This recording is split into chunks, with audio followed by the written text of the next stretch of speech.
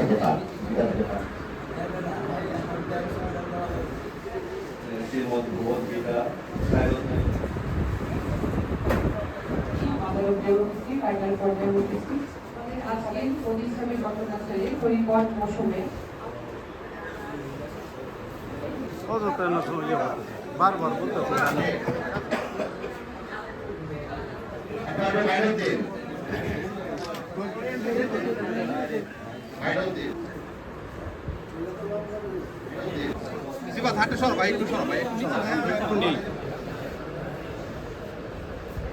সেক্ষেত্রে যার যেটা প্রাপ্য সেটা তাকে দিতে হবে। আজকে এই যে আমরা 1902 জন পাট চাষিকে 1 কেজি করে আমরা পাট বীজ দিব, 1800 কৃষককে আমরা 5 কেজি বীজ, ডিএসপি সার 10 কেজি আর এমওপি সার 10 কেজি আমরা দিব। এই যে 1800 এবং 1902 এই তালিকাটা কোনোভাবে রাজনৈতিক প্রভাব মুক্ত থাকতে হবে। যারা প্রকৃত কৃষক, যারা পাওয়ার মতো, তারা যেন সেটা পায়। এই ব্যাপারে আপনারা সজাগ দৃষ্টি রাখবেন।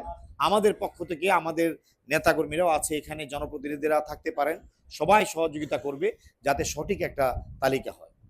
এখানে আপনাদের পাট চাষি যারা আছে, বিশেষ করে আমার মন্ত্রণালয়ের, যেহেতু আমি আপনাদের এলাকার সন্তান, আপনারা এই পাট চাষের দিকে আরো মনোযোগী হন। এই পাট একসময় সোনালী আঁশ ছিল, গোল্ডেন ফাইবার ছিল, এটা সারা পৃথিবীতে আমাদেরকে পরিচিত করেছে। এটা আমাদের ঐতিহ্য, এটা আমাদের ইমোশন। এটা একসময় কত বেশি, মানে সারা আমরা যখন রাস্তায় বের হইতাম, পাটের গন্ধ এবং রাস্তার মধ্যে সেই পাট ছাড়াইতেছে, কাঠির থেকে জাগ দিতেছে, পাট কাঠিগুলা নাইরা রাখছে রাস্তার মধ্যে, এটা একটা মনোরম প্রাকৃতিক অন্যরকম একটা বিষয় ছিল।